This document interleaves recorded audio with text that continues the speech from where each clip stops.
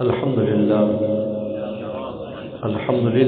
نحمده ونستعينه ونستغفره ونؤمن به ونتوكل عليه ونعوذ بالله من شرور أنفسنا ومن سيئات أعمالنا من يهده الله فلا مضل له ومن يضلل فلا هادي له ونشهد أن لا إله إلا الله وحده لا شريك له ونشهد أن سيدنا وسندنا وحبيبنا وشفيعنا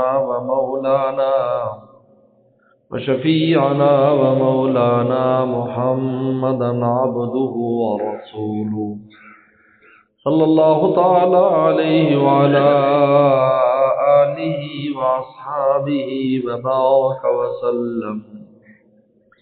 أما بعد فأعوذ بالله من الشيطان الرجيم. بسم الله الرحمن الرحيم. قد أفلح من زكاها وقد خاب من دساها كذبت ثمود بطغواها إذ انبعث أشقاها. قال النبي صلى الله عليه وسلم اللهم آت نفسي تقواها وزكها أنت خير من زكاها أنت وليها ومولاها أو كما قال عليه الصلاة والسلام. صدق الله وصدق رسوله النبي الكريم. اللہ تعالیٰ ارشاد فرماتے ہیں کہ فلاح پانے والے لوگ کون ہیں؟ فلاح کامل. فلاح کا معنی خیر الدنیا والآخرہ، دنیا کی بھی خیر اور آخرت کی خیر کے مجموعے کا نام فلاح ہے. دنیا میں بھی خیر، آخرت میں بھی خیر، کیونکہ دنیا کی خیر بھی مولا کے ساتھ ہے اور آخرت بھی خیر بھی مولا کے ساتھ.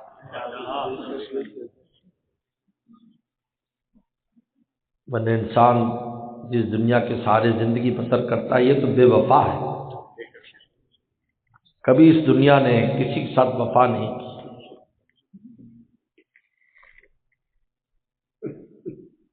اس لیے اس کو سائے سے تعبیر کیا ہے کہ انسان کو جو سایہ ہے، آگے بھاگو تو پیچھے بھاگتا ہے، اس کی طرف بھاگو تو آگے بھاگتا ہے.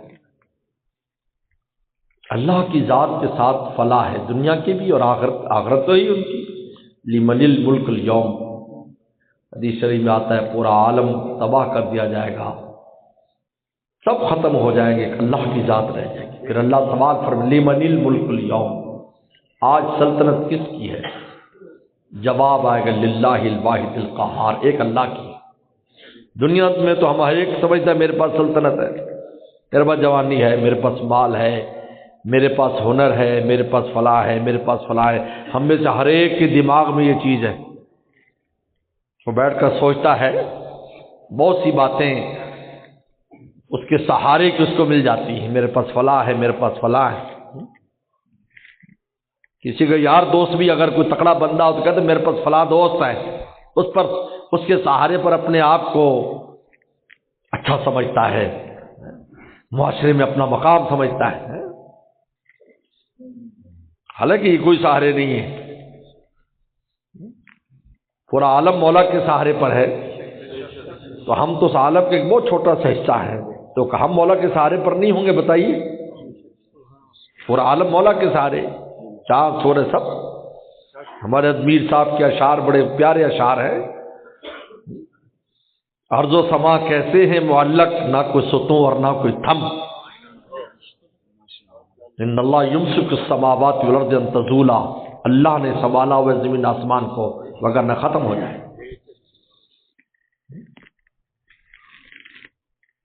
اور سنبھالا بھی حکم کے ساتھ ہے. زمین آسمان کھڑے ہو جاؤ، ٹھیک رہو، بس. کوئی بغیر عمد ترونہ، قرآن کہتا ہے کوئی ستون نہیں ہے جس نے آسمان کی چھت بنائی ہے، کوئی ستون نہیں. تو پورا عالم مولا کے سہارے پر ہے، تو میں اور آپ کیا ہیں پھر بتاؤ؟ ہم تو ایک چھوٹا سا نقطہ ہے پورے عالم کو. آپ کبھی غور کیا آپ نے؟ کبھی سوچا کہ اس عالم میں ہم کتنے بڑے ہیں؟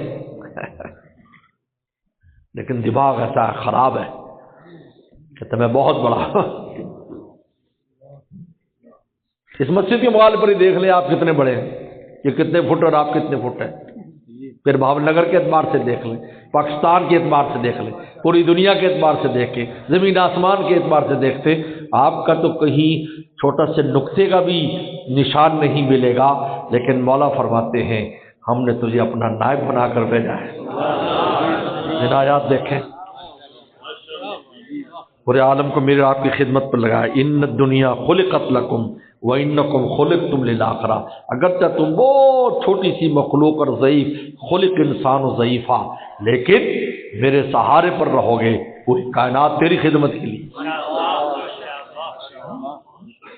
ارض و سما کیسے ہیں معلق، نہ کوئی سطو اور نہ کوئی تھم. پورا عالم ہے بے کالم، واہ رے میرے رب العالم، واہ رے میرے. تو اللہ فرماتے ہیں قد افلح من زکاہا. فلاح کون پاتا ہے؟ من زکاہا، جس نے اپنے آپ کو پاک کر لیا. فلاح کامل اگر چاہتے ہو، اپنے باطن کو پاک کرو، نفس کی گندگیوں سے باہر نکلو، اس کی حرام کاریوں سے باہر نکلو. تزکیہ کہتے ہیں نفس کو پاک کرنا.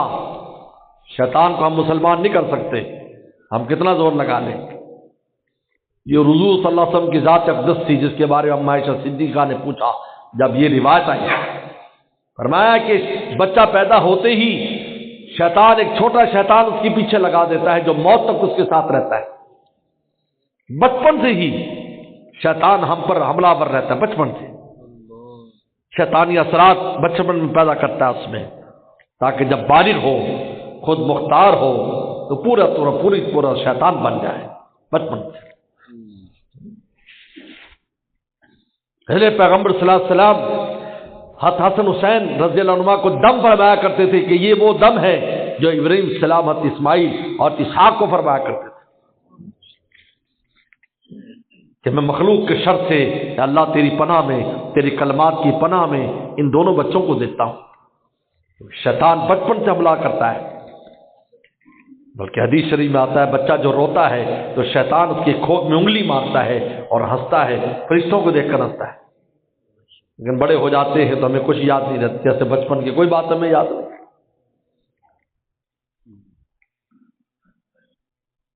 تو عائشہ صدیقہ رضی اللہ سے پوچھا کیا آپ پر بھی کوئی شیطان پیچھے آپ کے بھی لگا؟ ہاں میری پیچھے بھی لگا. ولکن اسلم، مسلم کی حدیث ہے، لیکن وہ مسلمان ہو گیا. یہ آپ علیہ السلام کی خصوصیت ہے کہ وہ شیطان مسلمان ہو گیا، ورنہ کسی کا شیطان مسلمان نہیں ہوگا. تم کتنی تبلیغ کر لو. بلکہ وہ قصہ میں نے اپنی کتابوں میں بھی لکھا ہے، پہلے بھی کبھی بیان کیا. حضرت شیخ بن نوری رحمۃ اللہ کے والد مولانا زکریا رحمۃ اللہ علیہ تھے، حکیم بھی تھے، بہت بڑے حکیم اور طبیب تھے. انہوں نے اپنا قصہ بیان کیا جو ہم نے اپنے اساتذہ سے سنا، کیونکہ وہ بھی بن نوری ٹاؤن میں کافی عرصہ حیات رہے. لوگوں ہمارے پرانے استاد نے ان کی زیارت بھی کی. کہ میں درجہ خامسہ پڑھتا تھا جس میں ایک منطقی کتاب سلم، میں نے ایک دن خواب دیکھا کہ جو شیطان مجھ پر مسلط ہے وہ بھی سلم کا مطالعہ کر رہا ہے، وہ بھی سلم پڑھ رہا ہے میرے ساتھ. تو میں بڑا حیران ہوا، میں پہچان گیا شیطان ہے. میں نے کہا شتوگڑے، اور تو سلم کیوں پڑھ رہا ہے؟ میں نے کہا مولوی تو سلم پڑھ کے آگے نکل جائے اور مجھے سلم نہ آئے تو تجھے قابو کیسے کروں گا؟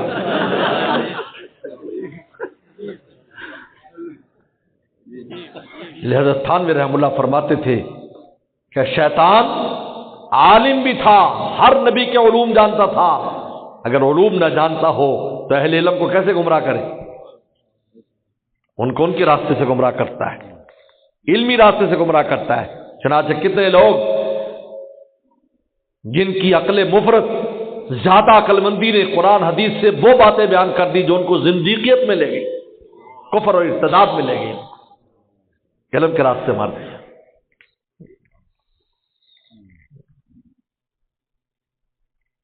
عالم بھی تھا، عابد بھی تھا، 7 لاکھ سال عبادت کی ہے۔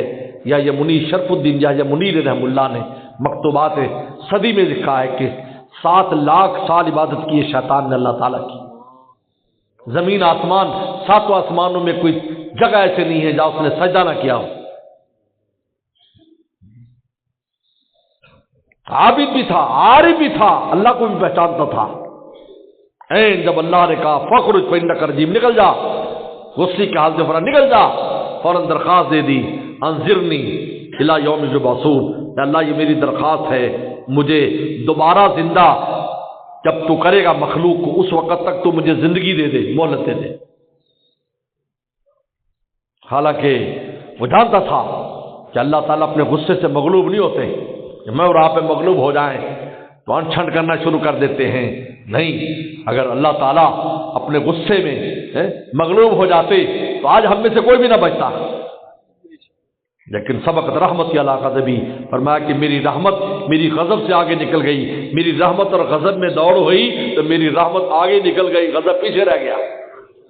اور یہ الفاظ میرے مرشد فرمایا کرتے تھے، اللہ تعالیٰ نے یہ مراحم خسروانہ اپنے عرش کے ماتھے پر لکھوا دیا تاکہ قیامت کے دن جب عرش کو دیکھیں گے اور اس پر یہ لکھا ہوگا تو ایمان والوں کو حوصلہ ہوگا، اگرچہ ہم نالائق ہیں لیکن کام بننے کی امید ہے۔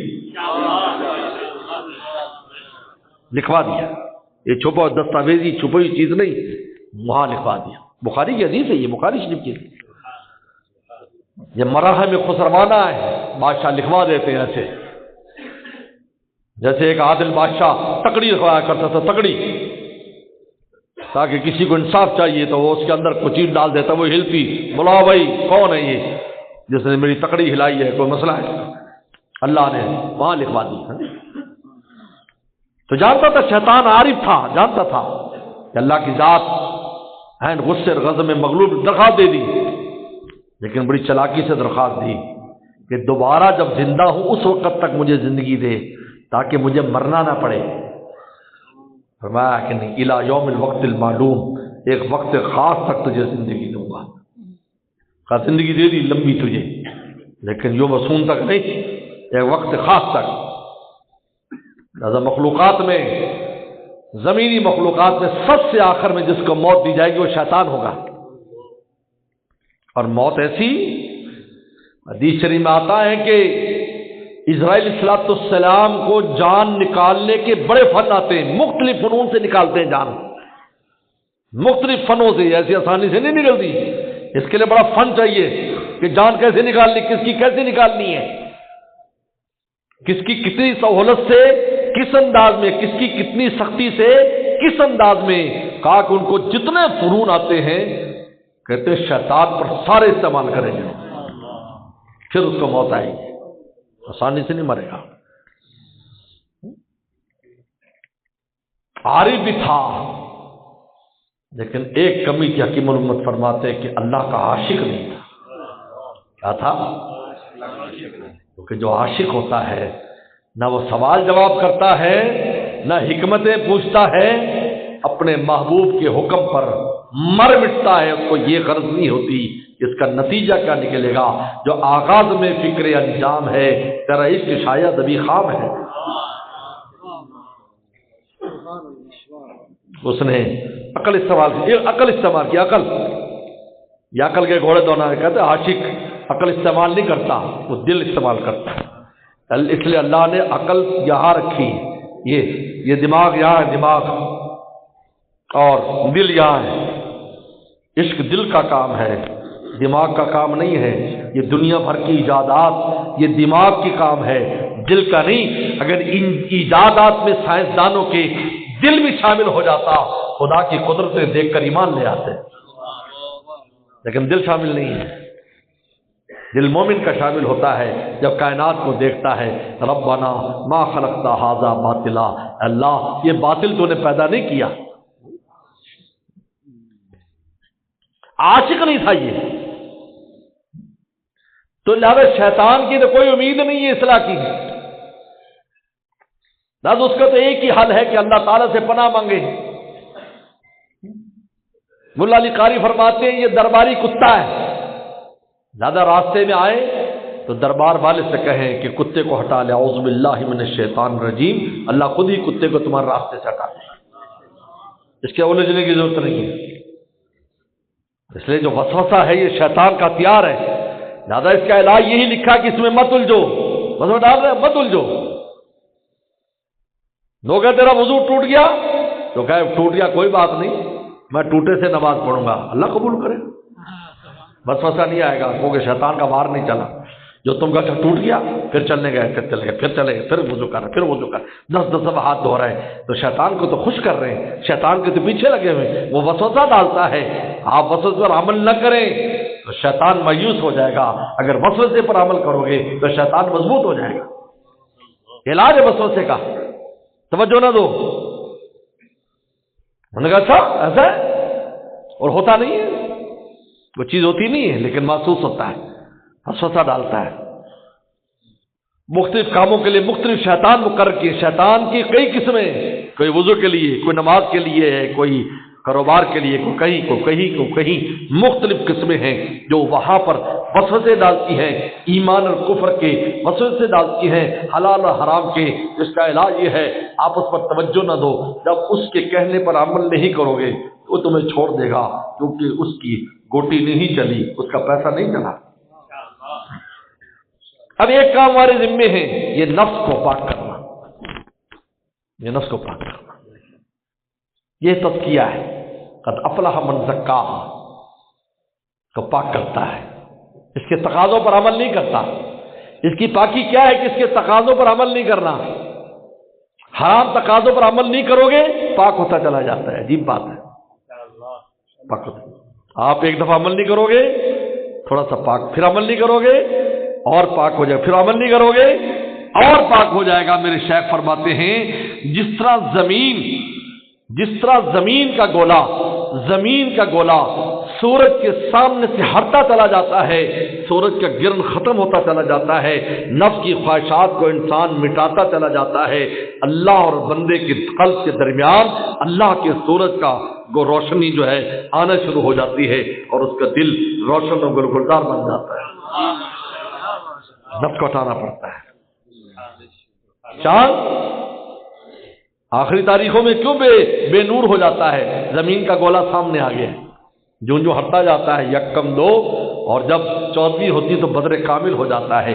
انسان جب اپنے نفس کے خلاف چلنا شروع کرتا ہے، یہی داغ حسرت ہے، یہی داغ حسرت ہے۔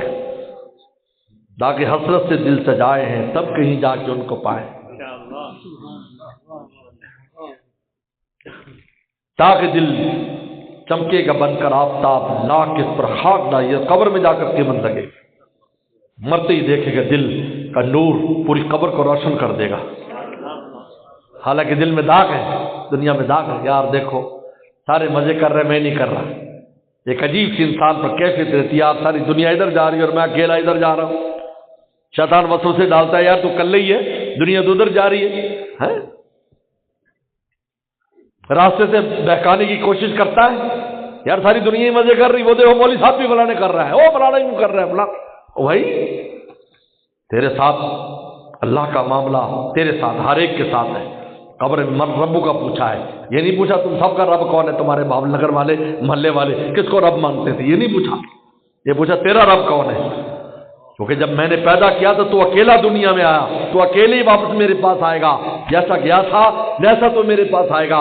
سوال تیری ذات سے ہے کہ تو نے میرے تعلق کو کتنا نبھایا ہے، میں یہ نہیں جانتا تیرے گھر والوں نے، تیرے محلے والوں نے، تیری برادری نے، تیرے ملک والوں نے، تیرے شہر والوں نے میرے تعلق کو کتنا نبھایا۔ میرا سوال تیری ذات سے ہے، کیونکہ میں نے اکیلا تجھے بھیجا تھا اور اب اکیلا تو میرے پاس واپس آیا ہے۔ اگر اکٹھے بھی مر جائیں تب بھی اکیلے اکیلے مولا کے دربار میں پیش ہوتے ہیں۔ مر رب کا، تیرا رب کون ہے، ماں دینوں، کس دین پر تو نے زندگی بسر کی ہے، من حاضر رجل، اس اللہ کے نبی کے ساتھ، میرے محبوب کے ساتھ تیرا کیسا تعلق رہا ہے۔ خواجہ مجذوب صاحب فرماتے تھے زمانہ ہو خلاف پرواہ نہ چاہیے، پیش نظر تو مرضی جانا نہ چاہیے۔ ہم دیکھنا ہمارا مولا، ہمیں مولا سے تعلق ہے، یہ بتائیں اگر یہ بات ہوتی کہ زمانہ کدھر ہے، کیا پیغمبر سلام مکہ میں تبلیغ کر سکتے؟ مجھے بتاؤ، تو کوئی ساتھ نہیں تھا، اپنے ساتھ نہیں تھے۔ سب سے پہلے جو جنگ ہوئی رسول اللہ صلی اللہ علیہ وسلم کی تو اپنوں نے حملہ کیا نا بدر میں، غیر تو نہیں آئے تھے، اپنے ہی آئے تھے نا، اپنے آئے تھے۔ نہیں کہا زمانہ کدھر ہے، انہوں نے کہا مولا میرے ساتھ ہے۔ انبیاء ہی کہتے ہیں۔ نوح علیہ السلام 950 سال دعوت دی، 80 آدمی مسلمان ہوئے، راستہ چھوڑ دیا، یہ مسلمان نہیں ہو رہے یار، چلو ہم بھی نہیں کے ساتھ مل جائیں۔ نہیں،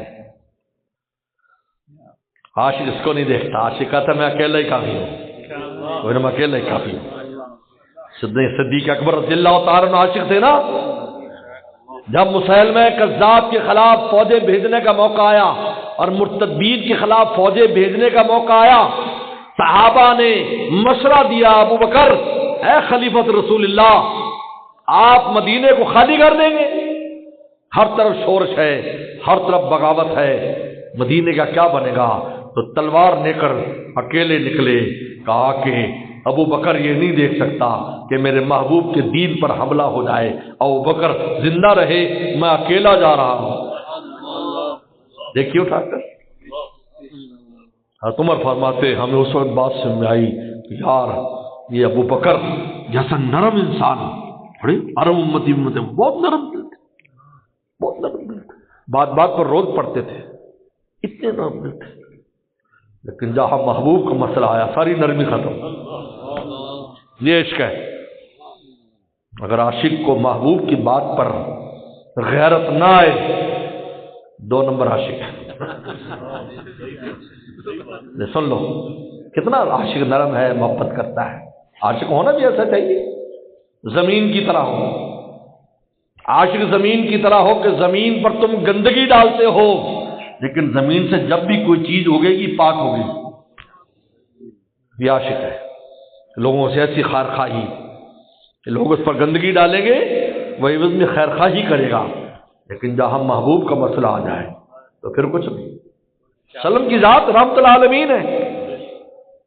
شمائل ترمذی دیکھیں، لا ينتقم لنفسه، اپنی ذات کے لیے انتقام نہیں لیتے تھے، اذا طود الحق، جب اللہ تعالی کے حقوق کو پامال کیا جاتا، لم یقم لی غضبی شیء، پھر آپ کے غصے کے سامنے کوئی ٹھہر نہیں سکتا، ہم ذات کے لیے نہیں۔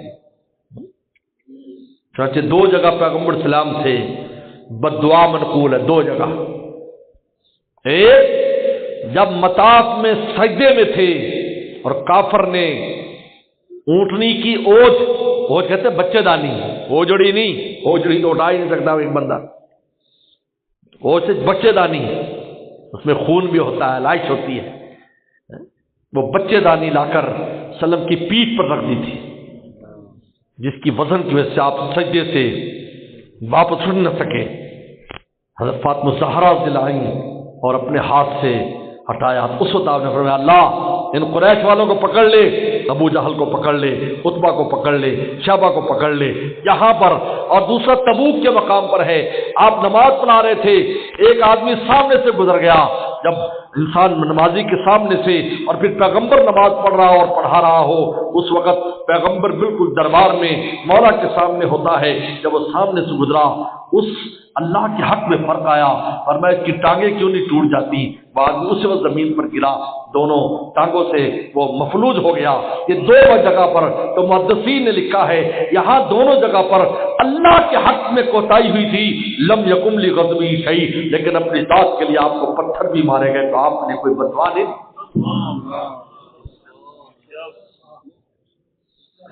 تو عاشق غیرت مند ہوتا ہے، اللہ رسول کی بات سنے، محبوب کے بارے میں سنے اور پھر چپ رہے۔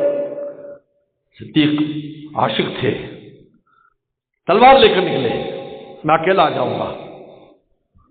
صحابہ کو پھر بات سمجھ میں آ گئی، پھر آگے سے جو بھی معاملات ہوئے، بولے عرب پر ایک روب پڑ گیا کہ پتہ نہیں مدینے میں کتنی فوجیں ہیں، کہ ہر طرف عرب میں فوجیں مسلمانوں کی جا رہی ہیں، پتہ نہیں مدینے شریف میں کتنی فوجیں بیٹھی ہیں کہ باہر اتنے بھیجی۔ عشق ہے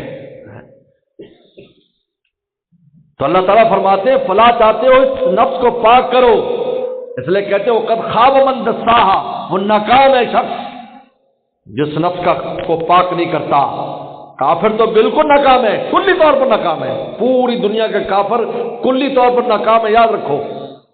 مت دیکھو آج ان کی تم اڑتیاں نہ دیکھو، جب پھنستی ہیں تو پھر دیکھو، نہ دیکھو آج کفار ایسے ایسے، دیکھو جی یہ وہ، اللہ معاف فرمائے، ہم ان کی اچھائیوں کے گیت گاتے نہیں گھبراتے، یوں ہیں جی، یوں ہیں، یوں ہیں، بڑے اچھے ہیں، بڑا اچھے، وہ ایک چکر لگا کے یورپ سے آ جائے تو تعریفوں کے پل باندھتا رہتا ہے، لیکن خدا نے ان کو باغی قرار دیا ہے، جہنمی قرار دیا ہے۔ یاد رکھ، جو کلمہ نہیں پڑھتا وہ اس دنیا میں باغی ہے اللہ تعالیٰ کا، اللہ کی پوری کائنات سے فائدہ اٹھا رہا ہے اور اللہ کے خلاف بغاوت کر رہا ہے۔ باغی کسی ملک کا باغی ہو، اچھا ڈاکٹر ہو، اچھا انجینئر ہو، اچھا استاد ہو، ہر طرح کی اس میں اچھائی ہو، لیکن ملک کا باغی ہو، کبھی بھی اس کو ملک والے نہیں چھوڑیں گے، اس کو پھانسی پر چڑھائیں گے۔ کہتا ساری اچھائیاں ایک طرف، لیکن بغاوت کی برائی نے اس کی اچھائیوں پر یعنی یکسر پانی پھیر دیا ہے۔ اگر وہ کلمہ نہیں پڑھتا، وہ دنیا میں اللہ تعالیٰ کا باغی ہے، ہزار اچھائیاں اس کے اندر ہوں، لیکن وہ بغاوت کے جرم میں کم دن خالدین فیہا، ہمیشہ کا ہمیشہ جہنم میں رہے گا۔ یہ کیا ہے؟ تیرے رب کو مانتا نہیں ہے، تیرے رسول صلی اللہ علیہ وسلم کو مانتا نہیں ہے، ان کو برا بھلا کہتا ہے، تیرے ساتھ اچھا ہے تو کہتا بہت اچھا ہے، عجیب ہے۔ کہتے کفر کی نفرت ایمان کا حصہ ہے، ہاں حسن سلوک اپنی جگہ ہے، لیکن دل کے نہا خانے میں جب محبوب ہوگا تو پھر کسی اور کی گنجائش نہیں ہوگی۔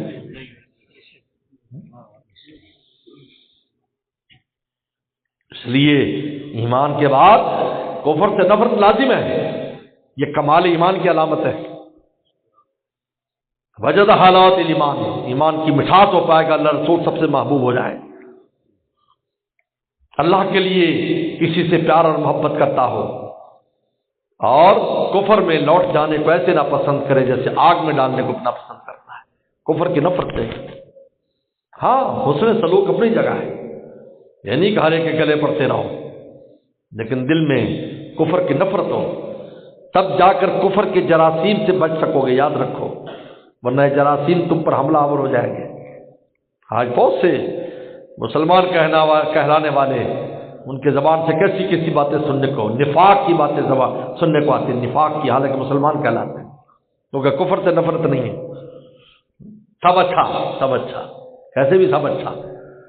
یہی بات تو مشرکین کہتے تھے محبوب صلی اللہ علیہ وسلم کو کہ آپ ایسے کریں، آپ ہمیں ہماروں کو اچھا کہیں، آپ کے اللہ کو اچھا کہیں گے؟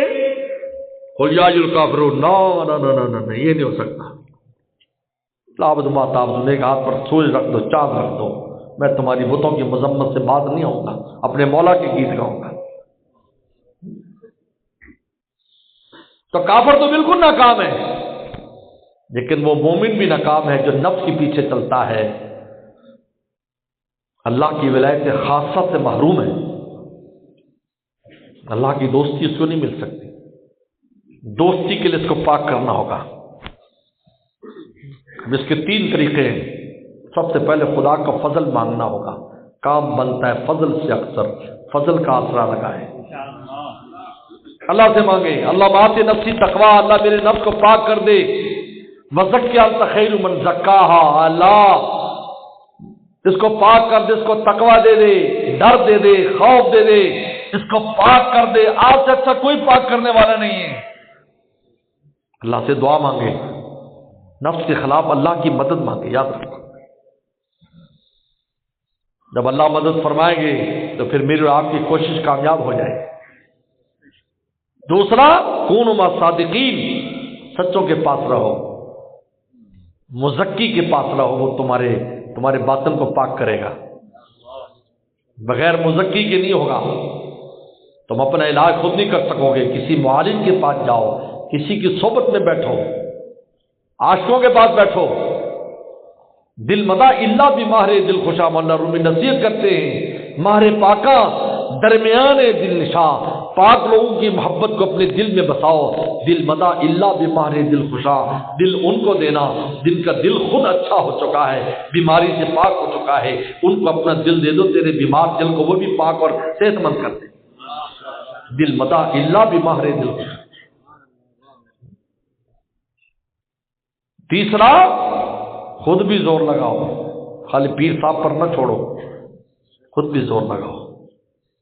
اپنی خلوت اور جلوت کو پاک کرو، اس پر نظر رکھو، اس کی نفس پر نظر، اس کے قدم پر نظر، کیا کر رہا ہے، یہ کہاں جا رہا ہے، اس کی مخالفت کرو. تکلیف ہوگی تو داغ حسرت ہوگا. حسرت اور عشرت، میرے شیخ فرماتے تھے حسرت با وفا ہے، عشرت بے وفا ہے. کیسے؟ دل میں آپ فلاں گناہ کر لوں، بد نظری کر لوں، مثلا بد نظری کر لی، مزہ ختم ہو گیا. دیکھنے کے بعد کتنی مزے کی چیزیں روٹی موٹی تم نے کھائی ہوگی، منہ میں ذائقہ ہے کسی کے؟ بولو بھائی، ہے کوئی ذائقہ؟ کہ پرسوں مچھی کھائی تھی، پرسوں مرغا کھایا تھا، فلانا کھایا تھا، وہ مزہ ہے؟ وہی سکا منہ پڑا ہوا ہے. فلاں مشروب پیا تھا، جب مزہ ہے؟ فلاں چیز دیکھی تھی آنکھوں سے، مزہ موجود ہے؟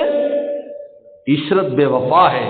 لیکن جب اللہ کے لیے کوئی گناہ نہیں کرتے تو اس کی حسرت کا نشان دل پہ پڑتا ہے، یہ ہمیشہ پڑا رہتا ہے آخر تک، کیوں یہ با وفا ہے. تو عشرت بے وفا ہے اور حسرت با وفا ہے. کیونکہ ہمیشہ احساس رہے گا، یار دیکھو میں نے نہیں کیا، میں نے نہیں کیا، فلاں گناہ میں نے نہیں کیا، میں نے نہیں کیا. لیکن آپ کو کیا پتا، اس پر خدا اپنی ولایت اور دوستی تجھے دینے کے لیے تیار ہے. میں نے بتایا کہ ہم کیا عزت ہے ہماری، بھی سوچا ہے، لیکن ہماری طرف دوستی کا ہاتھ بڑھایا ہے. اللہ ولی الذین آمنوا، میں تمہیں دوست بنانا چاہتا ہوں، اگر جب تم اس کائنات میں بڑی کمزور مخلوق ہو، تھوڑی سی تکلیف بھی تم سے برداشت نہیں ہوتی، اور پورا عالم تمہیں مارنے کے لیے تیار ہے. کون سی مخلوق ہے تمہیں مارنے کے لیے تیار نہیں؟ بتاؤ. پانی جان، پانی ہماری صحت کے لیے، سیلاب آ جائے وہی موت بنتا ہے. آگ ہماری خدمت کے لیے، وہی آگ اگر ہمیں پکڑ لے موت کا ذریعہ بنتی ہے. دنیا کی یہ مکان ہے، یہ چھت ہے ہماری راحت کے لیے، یہی گر پڑے موت کا ذریعہ ہے. درخت ہمارے سایہ دیتا ہے، تیرے اوپر گر پڑے تیری موت کا ذریعہ ہے. اور شیطان اور نفس اور ساری کائنات، ہر شے، تیرا پالتو جانور تجھے ٹکر مارتا ہے، موت واقع ہو جاتی ہے، ٹانگ ٹوٹ جاتی ہے، تو گاڑی لیتا راحت کے لیے، ایکسیڈنٹ ہوتا ہے. تو میں تو غور کرتا ہوں کہ یہ جتنی چیزیں ہیں سب ہمیں موت اور تکلیف دینے کے لیے تیار ہیں. ایک رب کی ذات ہے جو بچا بچا کے انسان کو رکھتا ہے اور آخر تک موت تک عافیت کے ساتھ لے جاتا ہے. ورنہ نہ تو ہمارا جسم بچے نہ ہمارا ایمان بچے. تو بتاؤ، مولا کا سہارا لے لے تو کس کا سہارا لے؟ اولاد ہے، بیوی ہے، شوہر کو عاشق کے ساتھ مل کے قتل کر رہی ہے. اولاد ہے، ماں باپ کو قتل کر رہی ہے. کس سے نہیں پڑھتے تو نفع بخش چیزیں جب نقصان دینے پر آتی ہے، اس کائنات میں ہمارا ہے کون؟ ایک کی ذات بچانے والی. لہو مقیمات، اللہ فرماتے ہم نے فرشتے تیرے آگے پیچھے مقرر کر دیے. یہ نہیں دیکھا تو بد ہے یا نیک ہے، ہم نے فرشتوں کا نظام بنایا ہے. حدیث میں آتا ہے ایک آدمی سو رہا ہے، یہ نہیں دیکھا وہ نیک ہے بد ہے، سو رہا ہے. اور ایک کیڑا اس کے منہ کی بو کو سونگھتے ہوئے منہ میں جانا چاہتا ہے، فرشتہ مقرر ہے، وہ انگلی سے اس کو ہٹاتا رہتا ہے. بتاؤ، ہم میں سے کسی کا واقعہ پیش آیا کہ اس کے منہ میں کیڑے گھس گئے رات کو؟ اللہ والے فرماتے ہیں میں دیکھتا ہوں کہ ایک بچھو جاتا ہے، ایک کچھوے پر بیٹھتا ہے، وہ ندی پار کرتا ہے، میں اس کے پیچھے پیچھے جاتا ہوں. وہاں دیکھتا ہوں تو ایک آدمی شراب پی کر بے ہوش پڑا ہے اور ایک سانپ اس کو ڈسنا چاہتا ہے اور بچھو اوپر جاتا ہے، زور سے اس کو ڈنگ مارتا ہے، وہ سانپ نیچے گر جاتا ہے، وہاں مور جاتا ہے اس شور شرابے سے، تو دیکھتا ہے خوبصورت حسین صورت بزرگ کھڑا ہے اور ادھر ایک سانپ مرا ہوا ہے، اور حیران ہوتا ہے کہ یہ کیا قصہ ہے۔ انہوں نے کہا ظالم تو خدا کی نافرمانی کر رہا ہے، اور تیرے بچنے کے لیے اللہ نے نظام بنایا، وہاں سے بچھو چلا کچھوا لے کر پار آیا اور تجھے اس نے بچایا، اور تو خدا کی نافرمانی کرتا ہے۔ سجدے میں گر پڑا، بزرگ کا مجھے توبہ کرا دیجیے، میں ایسے رب کی نافرمانی کر رہا ہوں۔ مولا تو وہ ہے، بتاؤ اس کائنات میں مولا کے علاوہ ہے کوئی ہے تو مجھے بتاؤ، سوائے خدا کے ذات کے کوئی نہیں۔ لیکن ہم غافل ہیں، ہمیں وہ اپنا بنانا چاہتے ہیں، اپنا دوست بنانا چاہتے ہیں، اور ہم دوسری طرف منہ پھیرے پھرتے ہیں، پھر بھی سارا نظام چل رہا ہے۔ حضرت عبداللہ ابن عباس فرماتے ہیں اپنا نظام بند نہیں کرتے، فسق و فجور کے باوجود نہ اس کی آکسیجن بند کرتے ہیں، نہ روٹی بند کرتے ہیں، نہ پانی بند کرتے ہیں۔ انسان کو کس قدر غافل اور بے وفا ہے، وہ مولا ہر صورت میں تجھے نوازتا ہے، اور تو ایسا ہے، وہ کہتے ہیں نحن اقرب من حبل الورید، ہم شہ رکھتے بھی تمہارے قریب ہیں، اور تو اور طرف دیکھتا ہے، وہ تیری طرف دیکھ رہا ہے تو اور طرف دیکھ رہا ہے۔ اسی لیے شاہ فضل الرحمان گنج مراد آباد میں ان کے آنے کا لگا رہتا ہے دھیان۔ میرے مرشد فرماتے تھے اللہ بندے پر محبت کی نگاہ ڈالتے ہیں، لیکن بندے کو دیکھتے ہیں کہ وہ کسی اور طرف دیکھ رہا ہے۔ اگر اس وقت نگاہ سے نگاہ مل جائے، کام بن جائے، دونوں جانب سے اشارے ہو چکے، ہم تمہارے تم ہمارے ہو چکے، پتہ نہیں کب نگاہ ڈال دیں۔ ہر وقت دیکھ رہے ہیں کہ محبت کی نگاہ، لیکن گناہ میں مشغول ہے، ہو سکتا ہے وہی وقت ہو تجھے نوازنے کا اور تو کسی اور کام میں مشغول ہے۔ تو ان کے آنے کا لگا رہتا ہے دھیان، ہر وقت دھیان ہے کب میرا مولا میرے دل پر محبت کی نگاہ ڈالتے ہیں۔ بیٹھے بٹھلائے اٹھا کرتے ہیں ہم، پتہ چل جاتا ہے محبت کی نگاہ پڑ گئی ہے، دادا بیٹھے بٹھلائے اٹھا کرتے ہیں، اٹھ کر خدا کو راضی کرنے میں مشغول ہو گئے۔ دل بتاتا ہے، دل میں آتے ہیں، یہاں آتے ہیں اس جگہ کو، اس لیے نفس اسی کو خراب کرتا ہے، دل کو خراب کرتا ہے۔ نفس پاک ہو جاتا ہے، نفس پاک دل پاک، تو پاک ذات آ جاتی ہے۔ یہ ممبر اللہ کی جو کرسی ہے، اللہ کی کرسی عرش پر ہے، اور ایک کرسی مومن کے دل پر بچھی ہوئی ہے۔ لیکن تب آئیں گے وہاں جب مرداروں کو نکالو گے، انہیں کے لیے خالی کر دو گے۔ اب تو آجا، اب تو خلوت ہو گئی، ہر تمنا دل سے رخصت ہو گئی، اب تو آجا، اب تو خلوت ہو گئی۔ دل غیر اللہ سے خالی کرنا ہوگا، اس کو نفس کو پاک کر قد افلح من زکاہا۔ اللہ نے مثال بھی دی کہ قوم سمود کتنی مضبوط قوم تھی، پہاڑوں میں مکان بنایا تھا۔ آج جا کر دیکھو وہاں پر اولا میں، الغلا ایک جگہ ہے جہاں آج بھی ان کے مکانات موجود ہیں۔ حیران ہوتا ہے آدمی ان پہاڑوں میں کیسے مکان بنا کر رہتے تھے، لیکن نفس کے پیچھے چلے، غیروں سے دل لگایا، غیروں پر مرے، مردار پر مرے۔ یہ عجیب بات ہے، میں تفاسیر میں پڑھ رہا تھا کہ جتنی انبیاء علیہ السلام کو شہید کیا گیا، عورت کی عشق بازی میں شہید کیا گیا۔ اب پڑھ لیں، زکریا صاحب شہید ہوئے بادشاہ کی محبوبہ کی وجہ سے، یا یہ سب شہید ہوئے امیر اور گورنر کی محبوبہ کی وجہ سے۔ یہ سب، یہ جو اونٹنی کو شہید کیا گیا محبوبہ کی وجہ سے، کہ محبوبہ نے کہا اس عاشق کی کہ میرے اونٹ بہت زیادہ ہیں، ایک دن نہ چر سکتے ہیں نہ پانی پی سکتے ہیں، اگر اس اونٹنی کو راستے سے ہٹا دو تو میرا کام بن جائے گا۔ انہوں نے کہا عاشقی کو نہ ہوں اگر میں تیری محبوبہ تیرے اس کو پورا نہ کروں۔ قرآن نے کہا، یہ اس آیت کے بعد اس کا ذکر اس لیے کیا ہے کہ دیکھو یہ نفس کو اگر آزاد چھوڑو گے، ایک دن آئے گا کہ تم خدا کی مخالفت پر اتراؤ گے۔ کذبت ثمود بتقواہا اذ انبعث اشقاہا۔ یہ اشقا کون تھا؟ عاشق تھا، خیر اللہ کا عاشق تھا، ایک عورت پر مرتا تھا۔ میرے دوست، یہ دل مولا کے لیے ہے، دل مدا اللہ بے مہر دل خوشاں، یہ دل اللہ کو دو۔ اللہ نے اپنے لیے بنایا، یہ غیروں کے لیے نہیں بنایا۔ جب کبھی وہ ادھر سے گزرے ہیں نہ جانے کتنے عالم نظر سے گزرے ہیں، وہ گزرنے تو دو، پھر دیکھنا کیا مزہ آتا ہے۔ جب کبھی وہ ادھر سے گزرے اپنا عالم الگ سجائیں گے، جب کبھی وہ دل میں آئے ہیں اپنا عالم الگ سجائیں گے، دنیا سے کوئی بحث نہیں، دنیا کیا کر رہی ہے۔ میرے مرشد ان دنوں میں جب کراچی کے حالات بہت خراب تھے، ہر گلی میں قتل ہوتے تھے، ہر گلی میں قتل، ہر سڑک پر قتل و غارت، مغرب کے بعد کوئی باہر نہیں نکل سکتا تھا۔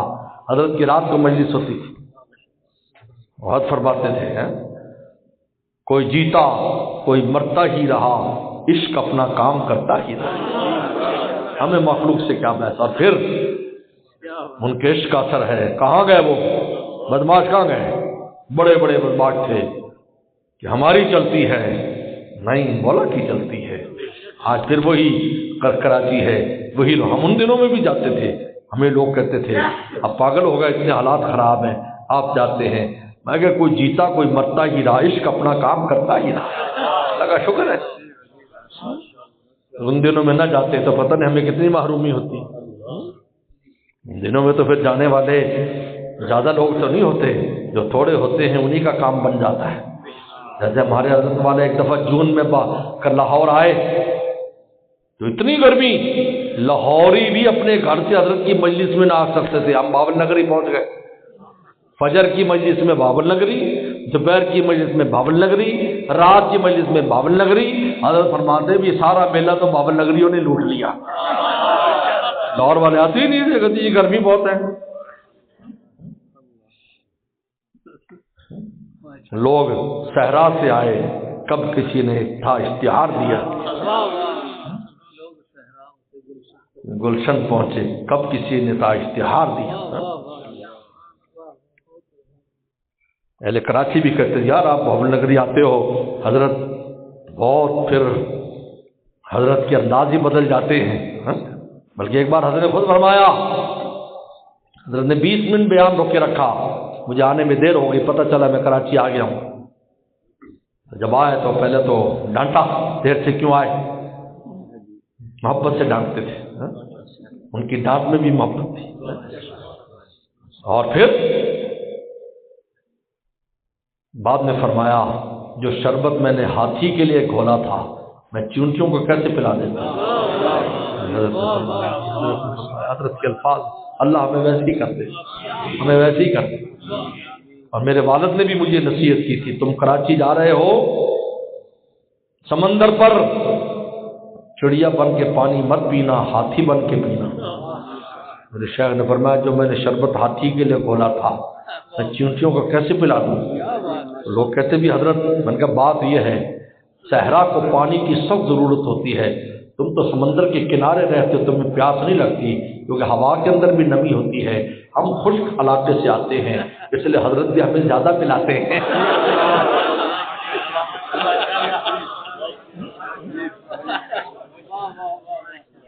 میرے دوست اسی پر میں آخری بات کر رہا ہوں، پوری دنیا ایک طرف ہو تو اکیلا ہو، خدا کی قسم ان سب کے حصے کی جو رحمت نازل ہوگی تو اکیلا لے جائے گا۔ میری بات پلے باندھ لے تو، اللہ نے ہر ایک کے لیے حصہ مقرر کیا خیر اور شر کا۔